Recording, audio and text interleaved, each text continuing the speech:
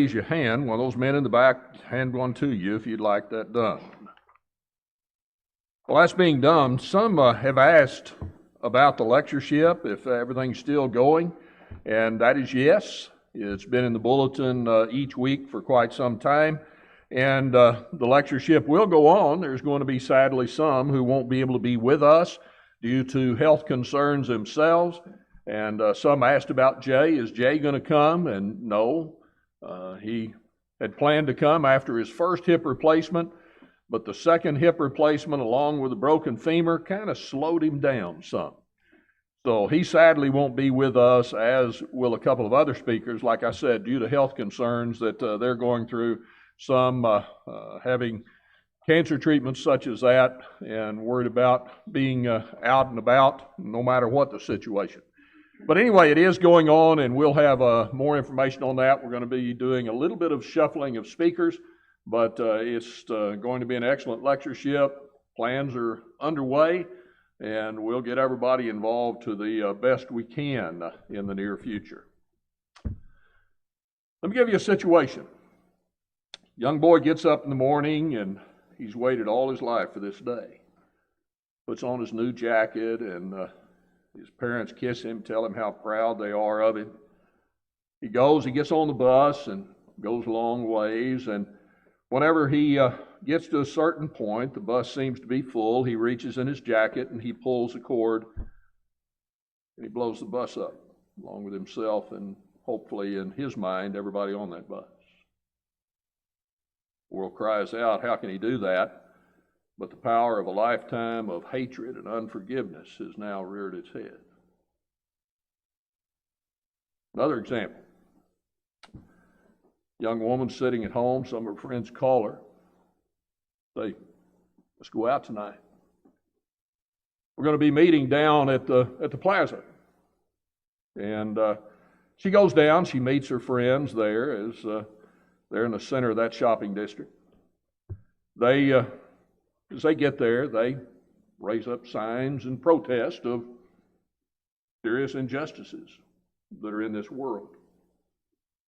Time goes on, and several people start yelling and screaming and getting a little more carried away. Pull a mask up over the face, cover it. And before long, there's some pushing and shoving going on, and then here in a minute, frozen bottles of water are now being thrown at the police.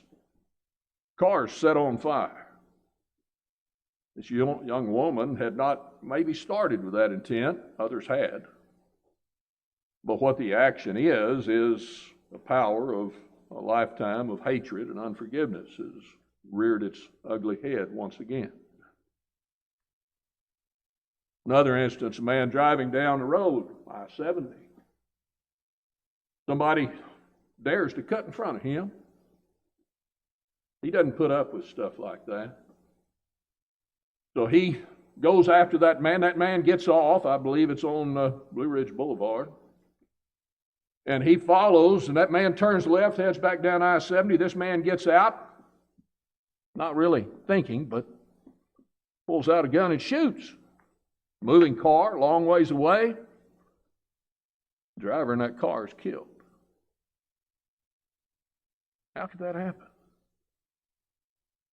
The power of a lifetime of hatred and unforgiveness has reared its head. I mean, all of those are incidents that we're familiar with. Not some fantasy somewhere. These are things that happen. Checked my email today. Portland had been in kind of a system of peace till last night. Fire was set to a police union building again. I mean, all sorts of things going on. And you think, how is it that this happens? The power of a lifetime of hatred and unforgiveness. Maybe that sets those individuals off, and it sucks others into things that they had no intention maybe of doing in the beginning, but now they're involved in it. But the reality of such an attitude is nothing new. The Bible speaks of hatred. The Bible speaks of unforgiveness. Hatred is used, I think, The word hate is used about 85 times. Hateth is used about 35 times. You know, you go on like that, and sometimes it's in a good sense. We ought to hate sin. There are things that God hates.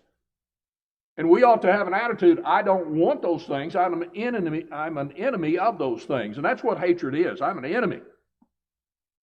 And our world sadly has that, but it's nothing new. Back in Genesis, the 21st chapter, we read about Isaac and Ishmael. Ishmael, the son of a bondwoman, was cast out.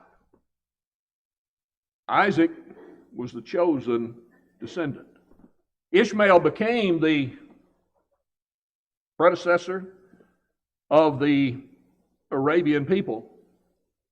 And even today, you look and you see the things that go on in the Middle East, and you think, how can that happen? Hatred and unforgiveness has festered and fostered throughout all of those years. And it's alive, it affects things throughout this world.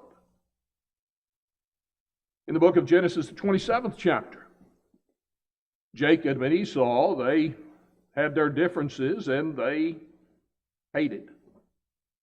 They finally reconciled, but the hatred continued. In Numbers, the 20th chapter, there's war. 2 Samuel, the 8th chapter, there was war. 2 Chronicles 25, there was war. The result was Edom was eventually prophesied to be destroyed, the book of Obadiah, because of the hatred that began with Jacob and Esau. Joseph's brothers, because of the jealousy, the hatred of their brother, they took him and they sold him. Guess who they sold him to? The Ishmaelites. Those who hated the Israelite people. Why would they do that? Their jealousy led to hatred. There'd been mistreatment maybe by the father towards them. He had favored this one child, but the result was there was mourning for over 30 years at a supposed loss of this child. He was still alive. The father didn't know that. The pain was still there. Thankfully, in Genesis 45, there was reconciliation. But hatred brought that about. You read in the book of Esther, you find in chapter 3 and following there the incident, Mordecai was hated by Haman. Esther's uncle, he'd not bowed down to Haman. And Haman hated him.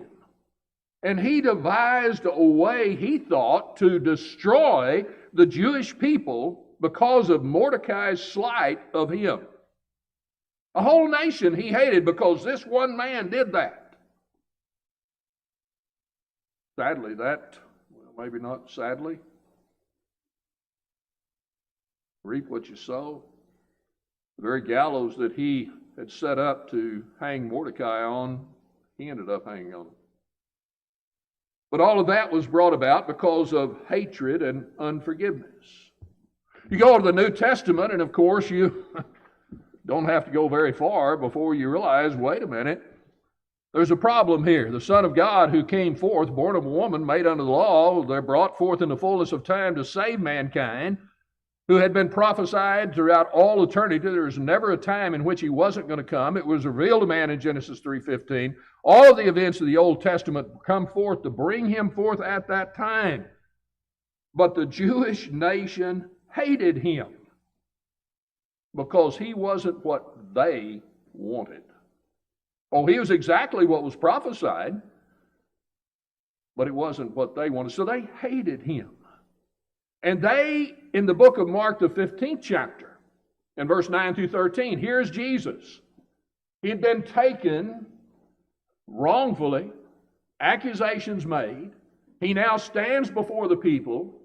Pilate was able to release a prisoner. That was a custom. And so here was Barabbas and here was Jesus, and Pilate said, who shall I release? The chief priest, they moved the people. Remember I talked about the young woman maybe over on the plaza or multitudes of other places throughout this world.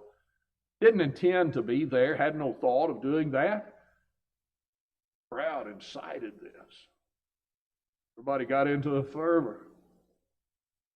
The chief priest moved these people to cry out with them. This one they hated because they weren't getting what they wanted from him. Crucify him. Release Barabbas. And Jesus was crucified because of the hatred of these people. The book of Acts, the 6th chapter, the 7th chapter. Here you find Stephen. Stephen, a godly man. But he was taken by the Jews, and whenever he stood against them, he gave them a history lesson that was an amazing lesson. And instead of those Jews who had him, taking him and learning and saying, this is right, we've done wrong. Even our fathers of old have taken the prophets and done them this way. They stopped their ears and ran on him and killed him. Why? Because of the hatred and unforgiveness that they had. They couldn't stand the history of what brought them to this point. They couldn't stand against the arguments, the statements that he made, because their hate blinded them. Acts the 9th chapter. Saul, breathing out slaughterings. Oh, he'd been there whenever Stephen was stoned. He was holding the coats of those men who went and stoned him. But he's now described as one in Acts 9 who was breathing out slaughterings, and yet he now is confronting Jesus.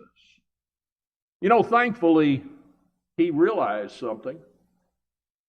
In the book of Timothy, in 1 Timothy, the 1st chapter in verse 13, he describes himself as a blasphemer, a persecutor, an injurious person. But he says, I obtained mercy because I did it, and here is a key. You can have hatred, but it is done in ignorance and unbelief. I'm not going to believe. I don't care what it says. I know the hate that I have in my heart. Blinded by hatred that is fostered and propped up by ignorance and unbelief. How many times do we see this? In the book of Acts, the 19th chapter, a riot at Ephesus. People felt that their livelihood was being threatened by the preaching of the gospel. And so they rioted. And it says that most people, they didn't even know what they were doing. But their hatred just gets contagious. And so all the people carry away. You look in so many different things. Historically, hatred has not done anything good. Unless it's a hatred for sin, for the things that aren't right. But God looks and He says, you ought to be a different people. You ought to be a people. Jesus said, I give a new commandment unto you. He said, one I've told you from the beginning. Love one another. And I don't say that you just go out and love. No. Love means I confront the evil. Love means I stand for the right. Love means I look at the individual. I look at them as an individual, as one who is created in the image of God. I don't look at them with a prejudice from the past. I don't look at them with the hatred of the present. I look at them through the eyes that God gives me as I measure things by the gospel of Christ, including my reaction to the evil about me. You look and you think about some lessons we learn from that. One is unforgiveness, hatred. It's sometimes a family heritage. Why do you act that way? What will people remember? I think about, as I was looking at this lesson, I thought, what will my children and grandchildren remember about me? Will they look at me and say, well, I tell you what, that Pop, he could hold a grudge like nobody you ever seen. That Pop, he gave a capital H to hate. You wrong him, he's never going to forget it. Is that what we want going on? How many things are done out of hate? How many things were done from hate in those things we saw, the biblical record? How many things were done in the incidents we mentioned at first that fostered a hate that was just planted there from a time whenever they were simply young? but they saw it. You know, I grew up in a time in which prejudice was very real. Carries on. I mean, I remember one young man that I grew up with. He was my brother's age, but he talked about black people in a certain way. And my brother can recount how where the teacher told him, said, you shouldn't use that word.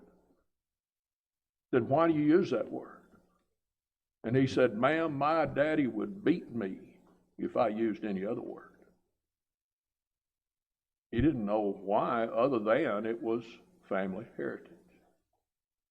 I worked in Dallas for many years, worked around people of about every ethnic heritage you can imagine. Had one man that I went into a neighborhood where he lived, another man lived, and it was about 2, 3 in the morning, and I took this other man home. He said, no, you can't take me home. I said, why not? We'd been working all night. He said, no, you can't. Well, I took him home. And he said, when you leave my house, you do not stop at a red light. You don't stop at a stop sign. You don't stop anywhere. You go. And I did. Another man lived in that area. He asked me, he said, what are you doing coming into my area? I said, taking so-and-so home. He said, you don't have any business. I said, why? I was bringing him home. Because you're white. I said, what have I ever done to you? Have I not treated you fairly at work?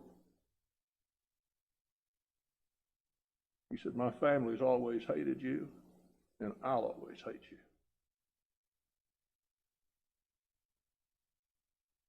I mean, it's in Texas, Mexicans, Asians. Why? Maybe it's because something that happened hundreds of years ago. You see, World War II was a trying time for a lot of people. You know what those Japanese did? You know what those Germans did? Can't stand them people. Why? You don't. What's going on now? Well, back the power of hatred, power of unforgiveness, power of finding a grudge and carrying it on as a family heritage. Well, I've always been the way I'm always going to be. I'm sorry. No, you're not sorry. Not in the sense of feeling bad about it. You're sorry in the sense of the life you live in. But it is something that unforgiveness is oftentimes a family heritage. It goes on. People don't base it on rational thought and examination of what a situation is, what this person is, not what the other person did over there. Hate the police. Why? Well, this one did that. Well, yeah. They're bad police. You know, I have a brother who retired from the police department. He never did anything. Matter of fact, he stopped such stuff at times. I have a nephew that's a policeman down in Louisiana. He's never treated anybody in such a way. We have a member of the church here who's a policeman. He'd never treat anybody that way. Well, why would I hate them? Well, this one, well, deal with him. Why are we going to put people in a lump? Because hatred can be a family heritage. It can be contagious. It goes forth. You see, unforgiveness and hatred wasn't based on fact, on reason, but it is something that can be carried on and on and on and on. You look, and one thing I might ask myself, why do I have a problem with this? I'm not saying why do I have a problem with things that are wrong. It's wrong to treat somebody wrong. But maybe it's because of my pride. Maybe it's because I want to join with everybody else. Maybe it's because I don't want to identify myself of doing the very same thing that I accuse that person of. Like I spoke of this morning, we don't render evil for evil, but the world does. And if you're fostered by hatred and unforgiveness, it's easy for that just to go on. But why is that? Should that be this type of problem with me? And as we spoke of this morning, what is my reaction to it? You look, and we also realize that though forgiveness comes forth, in some of these incidences, forgiveness was there. You take, for example, Saul. Saul was before a blasphemer, a persecutor, an injurious person. He made havoc of the church. But he repented, became a child of God. But you realize right after he became a child of God, brethren were afraid of him. Stories told about the young man who went to his daddy and said, I've done this and I'm sorry. And his daddy gave him a nail, said, go drive it in that door.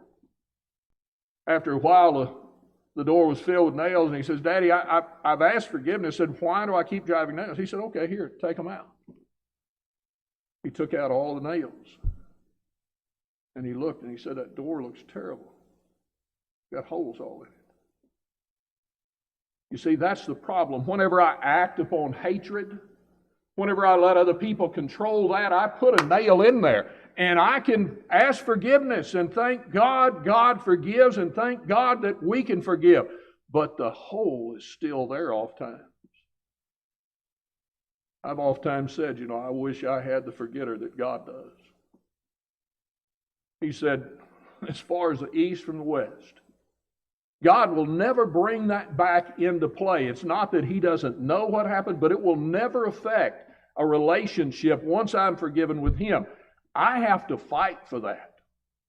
I have to fight for it. If I have wronged somebody, I have to fight to be accepted, because I know that as people, we have a struggle sometimes keeping that out of our mind. I might have to, if you've wronged me, I have to remind myself that's been taken care of. Wouldn't the best thing to do be to look and say, I don't want to get into this hatred mode. I don't want to get into this retribution mode. I don't want to get into this and do that, because I know there are repercussions that even if I make this right, well, why not examine it? James says, be swift to hear, slow to speak, slow to wrath. Talked about I'm sure down at the plaza, whenever they had all of that going on, cars set on fire, policemen hit with those things, different things going on. And maybe even the way some policemen act. What about the forethought? Think before you do things. Don't put yourself in a situation to where things happen so fast. Given the current climate, somebody says, we're going to go have a peaceful protest. Staying home, bud. I've seen how those things go so fast. So I think beforehand, because I know the damage that can be done of that hatred that maybe came from somebody else but now has engulfed me. I've seen it through the Bible record. I've seen it in our historical record. I've seen it on the news reports. I don't want to be there. So I examine myself and I look and I say, why is this a problem to me? Is that something that somebody else brought? Is it something that I really have had happen to me and that I need to address? If so, how can I address it as a Christian? But so many times hate does not give us that option, and the holes remain in the door, which causes other people to foster hate in their lives. That was my door. So we look and we see that. And then we realize too, forgiveness is such an amazing thing. I want to be forgiven. Well, how about you forgive me? Well, whenever I'm the one that has to forgive, sometimes you just don't realize what you did to me. You know, whenever Jesus hung on the cross, and he looked down and he said, Father, forgive them, they don't know what they do. He didn't forgive them right then, but he was praying that it might be done. And in Acts, the 2nd chapter, whenever those individuals were convicted of sin, he said, what can we do? What must we do? And the inspired record tells us, repent. Be baptized in the name of Jesus Christ, the very one you crucified. Be baptized in his name by his authority for the remission of sins. And you know, God forgave. Whenever I stumble at that forgiveness, you don't know what that's done. You don't know. You don't look up at Jesus on the cross and say, you don't understand. Forgiveness may not be easy, but whenever I lay it beside the forgiveness that God gave as his son hung on that cross, it puts it in a little better perspective for me. That maybe I ought to look and see what it is to forgive others myself. Whenever you think back on Haman, one quote I read one time said, carrying hatred and unforgiveness is like being stung to death by one bee. Just a continual thing. You read about Haman, his life was miserable. His whole life, after Mordecai embarrassed him, mistreated him, his whole life was wasted away on plotting revenge. How many times do we see a world that's set not on striving to make things, you know, I'm all for making things better, more equitable, lack of prejudice, it'd be great. Like I said, the problem we got this morning, majority of the world's on the broad way. They're not on the same program as you and I, but you and I, as children of God, we make the decision, we're on the narrow way. So I'm not going to carry this unforgiveness. I'm not going to make my life center on getting even. For past things, for present things, for what I think may happen in the future, I'm going to center my life on trying to make things better by living as a child of God, by doing the things that were there, that God has given. You look, value of hatred isn't something that's good. Now, there are some things you need to consider too. In the book of Matthew, the 6th chapter, verse 14 and 15, talked about God's forgiveness for us. Do you realize that is kind of a catch-22 thing? If I don't forgive others, God's not going to forgive me. You see, I can't be a hypocrite and say, okay, I'm going to forgive you. No, I'm not. You did that. I'm not going to. You do realize how terrible that was? You realize all the injustice you brought on me? By the way, God, I want you to forgive me. God says, you hypocrite. You want me to forgive you? Your sins took my son to the cross, and you're not going to forgive people? Matthew 6, 14 and 15 says there is an eternal catch in this, that we live a life of unforgiveness. We ought to be horrified at the idea of standing before God. The Hebrew writer talks about sinners in the hands of an angry God. What a horrible thing it would be. We also realize, the devil, he's behind this. He's behind the terrible things that happen in this world. And one of the joys the devil has? Remember in 1 Corinthians 5, there was the fornicator. And they were puffed up. We're not going to deal with this. We love him too much. Just let him stay there. He has a sin. It's so terrible, even the Gentiles don't talk about it. Paul wrote them, said, you should have rather mourned. Well, obviously, they delivered such a one unto Satan. Or in the book of 2 Corinthians, we find that Paul needed to remind them, forgive him now. You've dealt with this. Seems he had repented. Forgive him, lest Satan gain an advantage. See, we're not ignorant of the devices of Satan. And one of the greatest tools he has is unforgiveness. What do you think the devil thinks when he looks down at this world? You know, we're striving to put forth Christianity, and the world says, let's burn this down, let's tear this down, let's kill these people, let's do this. Why? Well, because their skin is black, their skin is yellow, their skin is brown. They did this, their ancestors did this, and the devil just says, working great. Long as we can keep the unforgiveness festering and going forth, instead of being a part of the solution, the devil looks, if he gets that going, he rejoices because we are helping him with his advantage in this world. Whenever we stand up and say, I'm not going to be a part of that. Yeah, there are problems, but God has given us a way that as children of God, we can stand for the right and oppose the wrong. The devil looks at us, no. He didn't really say that. It really never changed from Genesis 3. Not what he meant. Oh, it is what he meant. But the devil likes it whenever we do that. And then another thing, have you ever noticed that hatred,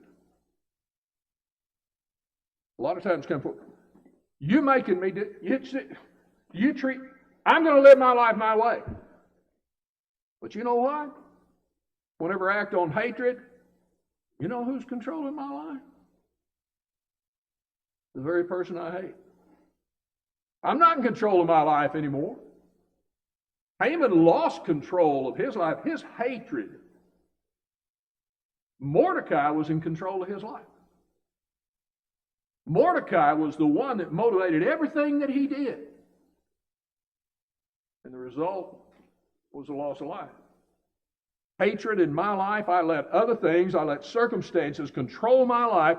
I end up lost for all eternity because I let that situation, that person, that group, that ideology, that family heritage control my life.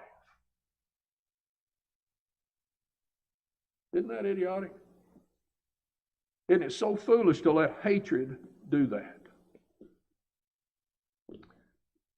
The writer in Ephesians, the 4th chapter, in verse 31 and 32, he says, let all bitterness, that literally means let all bitter hatred and wrath and anger and clamor and evil speaking be put away from you with all malice. Be kind one to another. Well, that's quite a change, isn't it? Be kind to one another, tender-hearted, forgiving one another. Oh, I can't do that. The rest of the passage says, even as God, for Christ's sake, has forgiven you.